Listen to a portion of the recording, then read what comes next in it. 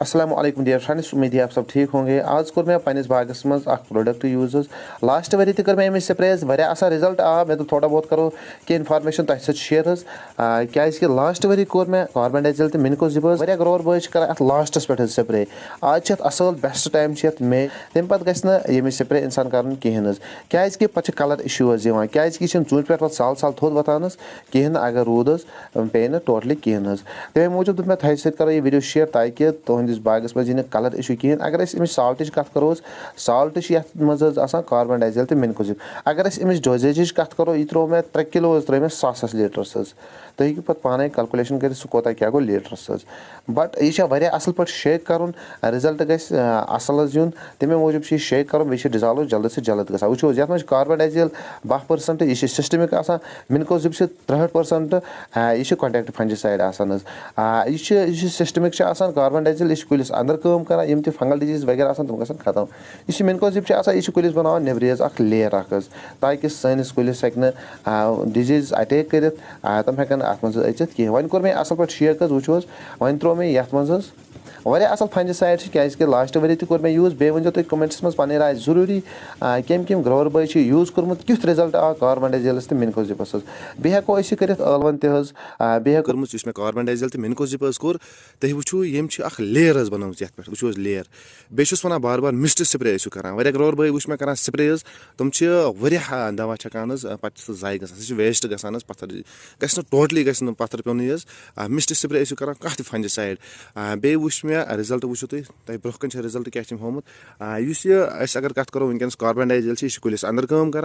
मिनकोजिब यह लेयर बनान नेबरी ताकि अत मज हेक कह डिजीज एंट्री कर कुलिस मज सोन आर्चर्ड रोज बिल्कुल ठीक ठाक। बे वन तुम हेकू अजी कर मेसी मज क्या ब्रोह फंजिसाइड कर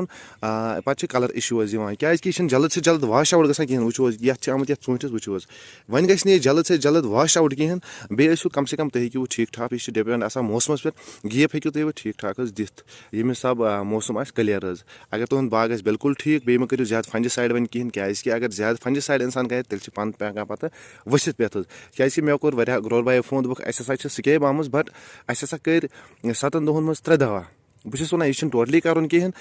बिल्कुल अगर तुम कह फंजिसाइड करो तथ 15 दह गैप दिवान आज 12 to 15 दह कम से कम गैप दिवान तम पे कर रिपीट फंजिसाइड पेठस मेठ पे करो कहें ताकि तुहस बागस हे असर पे यम लीव्स अ प्लांट्स पे हेकन पत्थर पे तमें मूजूब बनो मे यह वीडियो बाकी तुम फ्रूट सेट ठीक ठाक गुमुत। अगर कह ग्रोवर बॉय स्केब आम सह मे कॉन्टैक्ट कर 7006617449